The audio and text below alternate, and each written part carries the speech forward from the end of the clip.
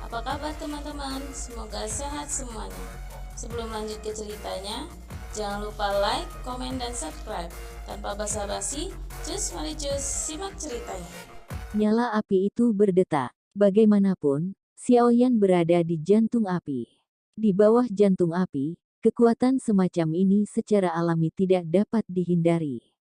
Gumpalan napas setipis rambut diekstraksi dari cairan oleh Xiaoyan. Gumpalan napas ini ditangguhkan di depan mata Xiaoyan, dan api di telapak tangannya naik di detik berikutnya. Sinar api ini benar-benar membuat jeritan yang menusuk seperti jiwa. Itu berubah menjadi jiwa kecil di dalam api, dan dalam rasa sakit dari nyala api yang menyala, akhirnya menghilang. Melihat ini, Wu Zan juga mengecilkan pupilnya. Napas yang baru saja diekstraksi Xiaoyan mungkin adalah racun pemakan jiwa, tetapi ini adalah pertama kalinya Wu Zan melihat racun pemakan jiwa seperti ini. Sudah bersih sekarang.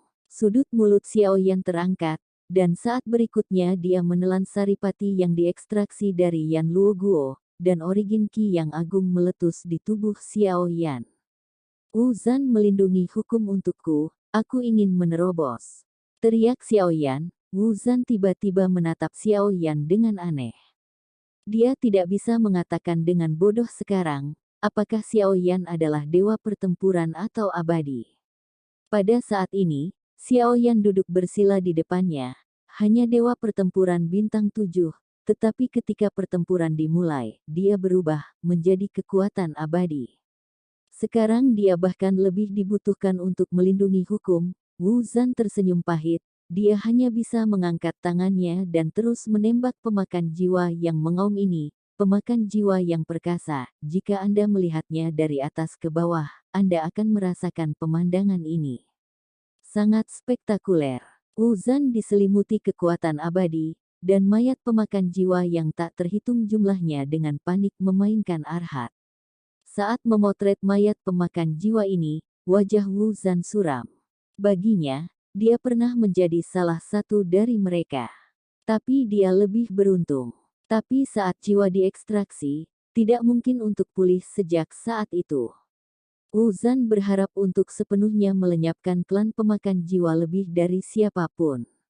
Mereka memperoleh kekuatan dengan cara jahat, dan mereka pantas mendapatkan kematian paling besar.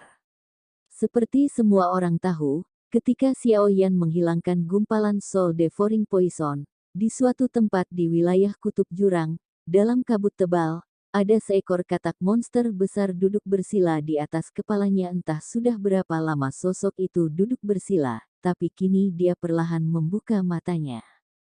Dan sepasang murid tanpa pupil ini, karakteristiknya sangat jelas, orang ini adalah pemakan jiwa. Tapi yang aneh adalah katak ajaib itu tidak mengeluarkan suara, orang ini juga tidak mengeluarkan suara. Seluruh kabut tebal seharusnya sangat sunyi, tetapi beberapa jeritan melengking bisa terdengar dengan jelas. Jika Anda mendengarkan dengan seksama asal suara, dan mencarinya, suara-suara ini sebenarnya ditransmisikan dari tubuh manusia ini. Ayo pergi. Mari kita lihat dan lihat siapa yang berani mengeluarkan racun pemakan jiwa. Segera, dia mengulurkan telapak tangannya yang pucat, yang tidak berdarah, dan menepuk-nepuk katak ajaib yang tersisa dengan ringan. Mulut yang terakhir gelisah, dan saya melihat otot-otot kakinya mengerahkan kekuatan. Saat berikutnya, seluruh kekosongan bergetar, dan kecepatannya sangat cepat. Kabut tebal di sekitarnya tampaknya bereaksi sesaat setelah menghilang. Rasanya seperti ledakan, menyebar kemana-mana. Tidak buruk, origin Qi sangat murni. Xiaoyan duduk bersila di bawah pohon raksasa dengan senyum puas di wajahnya. Dia memiliki senyum bahagia di wajahnya. Wu Zan telah berjuang keras untuk waktu yang lama, tetapi ada terlalu banyak mayat yang melahap jiwa, dan kebanyakan dari mereka melawan dewa. Tidak mudah untuk menembak mereka. Wu Zan terbunuh di setidaknya puluhan ribu dari mereka, ada beberapa dari angka-angka ini. Tetapi dibandingkan dengan ratusan ribu pemakan jiwa di kota Zanyu, bahkan jika Wu Zan abadi, tampaknya itu seperti lengan seorang pria, tetapi tidak berdaya. Xiao Yan memintanya untuk melindungi hukum, dia harus melakukan yang terbaik untuk melindunginya. Kelinci Bingyun berbaring di samping Xiao Yan, dan air di sekitarnya panas, tetapi sepertinya tidak ada hubungannya dengan itu, dan bahkan menguap sedikit bosan. Xiao Yan menendang pantat kelinci Bingyun dan berkata dengan marah, "Gu Fan, lihat betapa kerasnya dia bekerja, pergi dan bantu dia. Kamu tahu bagaimana tidur dalam satu hari, apa gunanya kamu?" Petik 2. Seluruh tubuh Bingyun Rabbit bergetar, dan mata binatangnya tiba-tiba menatap Xiao Yan dengan marah. "Kamu sombong, kamu luar biasa, kamu mengolah diri sendiri dan menggunakan kami sebagai bantuan manusia." Sedikit, Bingyun Tu menunjukkan ekspresi tidak senang dan berdiri mengutuk, tetapi hanya berbisik, menatap Xiao Yan dengan mata tertutup, dia terjebak menjulurkan lidahnya dan meringis.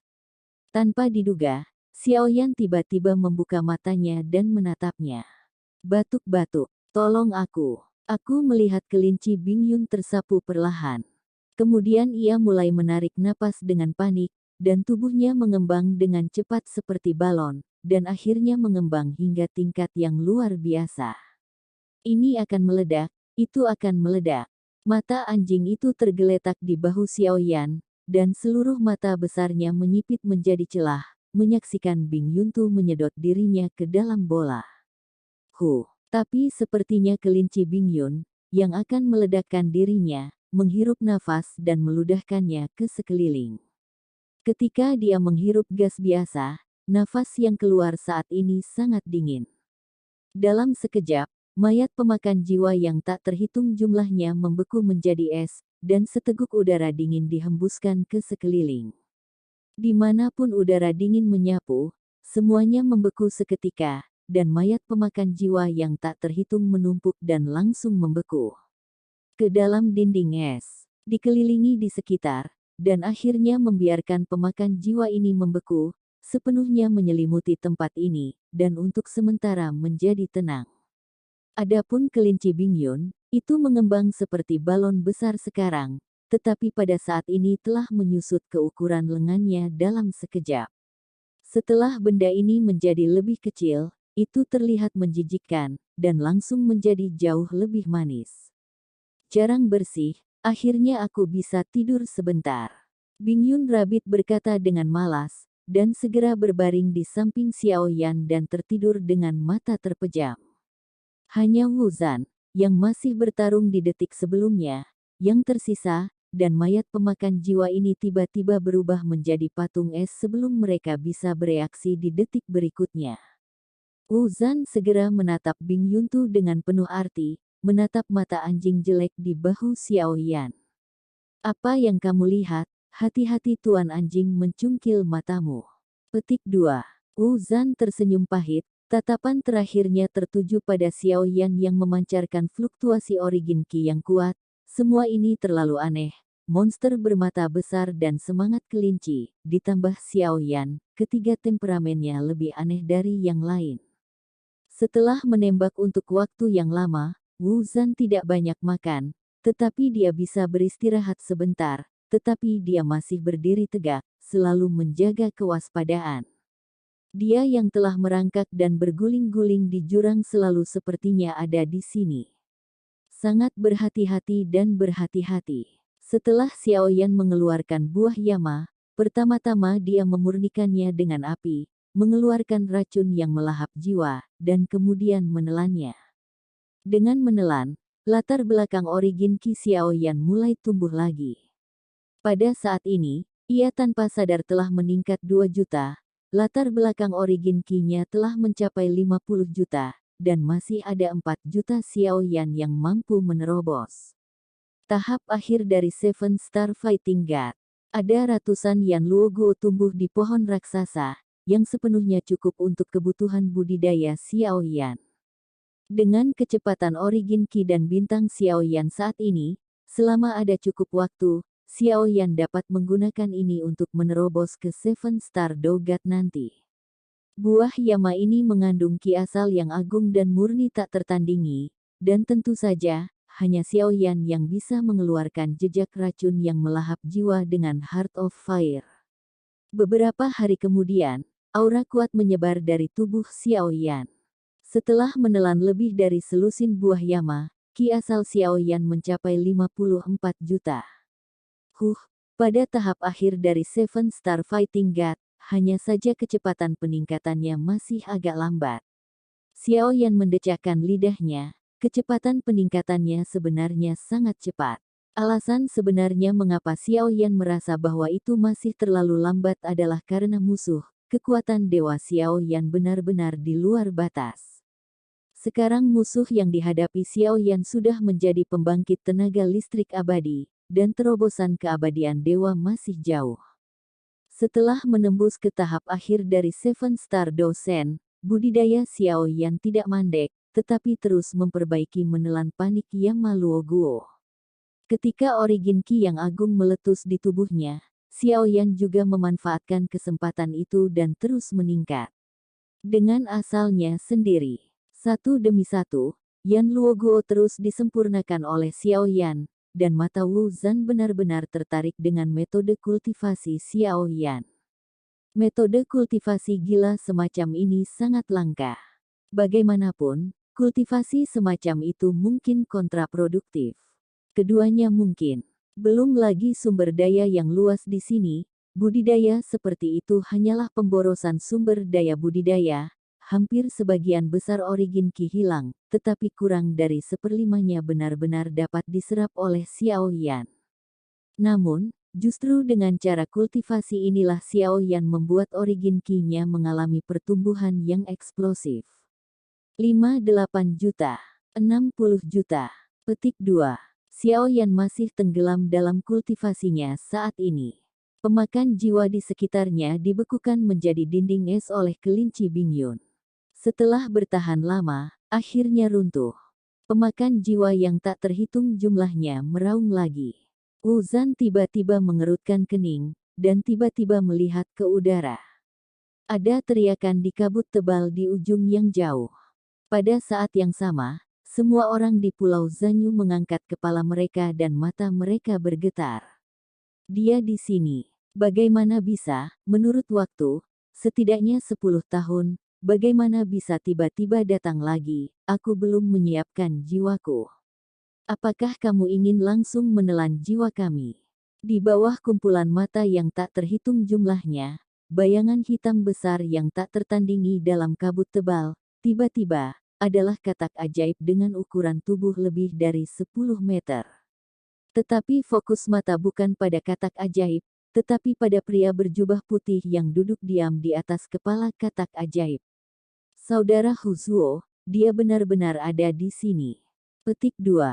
Di suatu tempat di Pulau Zanyu, semua orang bersembunyi dalam kegelapan, seolah-olah berusaha menemukan rasa aman di hati mereka, tetapi semua orang juga mengerti bahwa ini hanyalah masalah mencuri. Ketika katak ajaib raksasa ini muncul di langit di atas Pulau Zanyu, mata Wu Zan tiba-tiba mengembun, dan kulitnya menjadi sangat serius. Benar saja, tidak heran kita dibawa ke sini. Dilihat dari nafas, orang ini mungkin bukan 100.000 raja jiwa, tetapi 1 juta raja jiwa yang beberapa kali lebih kuat dari raja jiwa. Mata Wu Zan membola. Kontraksi tiba-tiba, 100.000 raja jiwa membuat Wu Zan menderita kerugian besar, belum lagi 1 juta raja jiwa. Tepat ketika Wu Zan memikirkannya, katak ajaib, yang masih ribuan kaki jauhnya, muncul di atas kepala mereka hampir dalam sekejap mata, dan tekanan kuat menyebar darinya. Kamu dan orang berdosa lainnya, gunakan racun pemakan jiwaku. Apakah kamu mencari kematian? Pria berjubah putih yang duduk bersila di atas suara katak ajaib itu halus, seolah-olah sosok yang tak terhitung jumlahnya terjalin, dan suaranya jatuh. Di belakangnya adalah deru hantu yang tak terhitung jumlahnya.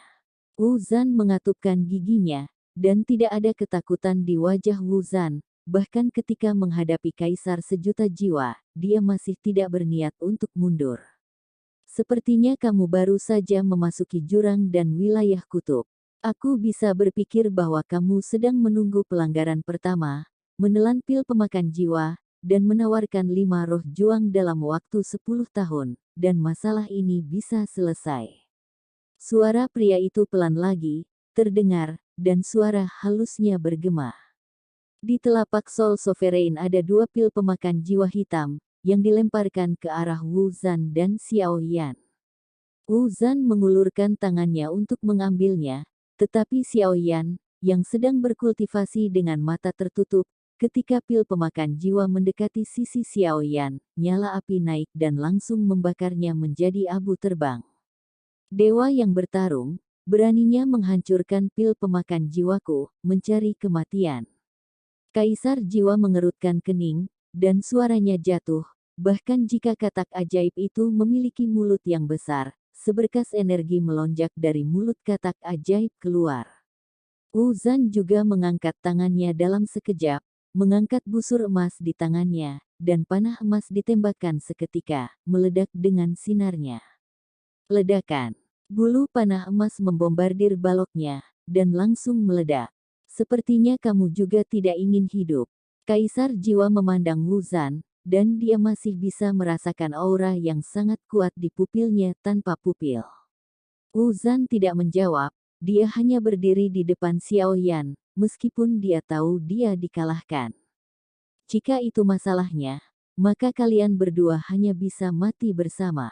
Suara kaisar jiwa keluar, dan saya melihat ki hitam yang tak terhitung jumlahnya melonjak keluar dari tubuhnya, mengembun di udara, dan kemudian sosok hantu besar.